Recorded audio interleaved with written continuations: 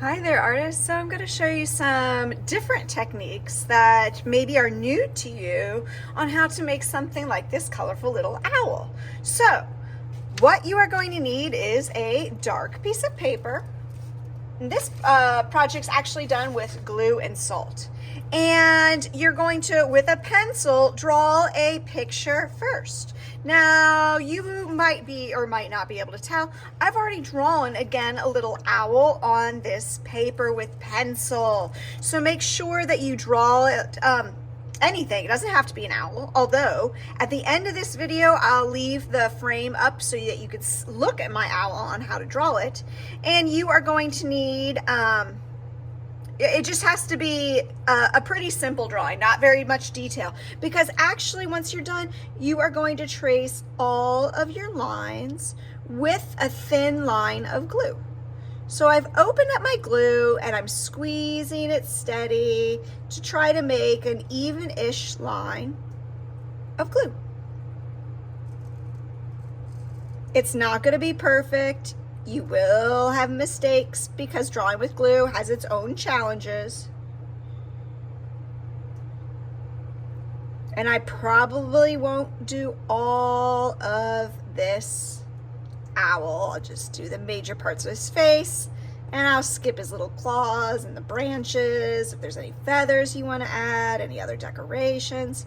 Okay, so when your drawing is complete, again, mine is not, but I'm going to close the glue, set it aside, and either I will do this part for you, which is a salt trick, or you are going to get a little container and you will work on it. And this is what is going to happen. We are going to have some salt on your owl. This is a 2-day art project, by the way, I forgot to tell you. This is day 1, and then we have to wait for this all to dry. So it looks like there's salt all over, and I might have gotten most on the glue, but maybe not all. So this is what you're going to do. You are going to jiggle it so that most of the salt gets stuck on the glue, all right? So this is day 1. I've got some salt on my table, but I can go dump any extras off in the trash and clean off my table and get ready for thinking about how you want to do the second day. So, like a cooking show, I've already got one prepared. This one is dry. And I'm going to show you a couple techniques to color it. 1, I have 2 different things happening on this. On this one, I also added chalk. And I went around the edges, you can see, of everything, and then I blended it in. So I went around the edge with dark, with different like blues in this case, and then blended it in with my fingers. I am not going to do the chalk part on this. I would do the chalk first. What I'm going to do is color the edges. All right, guys, so this is how we're going to do it. You are going to need watercolor, a paintbrush, and of course water, and a painter's towel.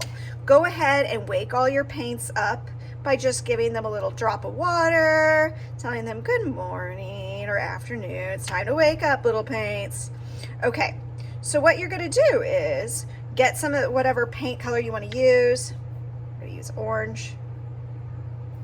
And I'm going to hit along the salt.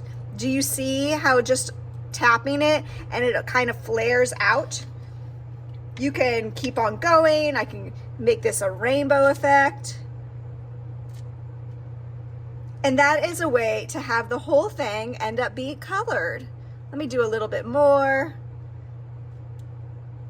So you don't have to do the salt trick, or the chalk, but if you do want to do the chalk, I recommend doing that before you get your paper wet with wet salt. Also, if you are rough with this paper, the salt will chunk off, all right? So don't pick at it. Can you see the green moving down? Because the water is traveling on the salt.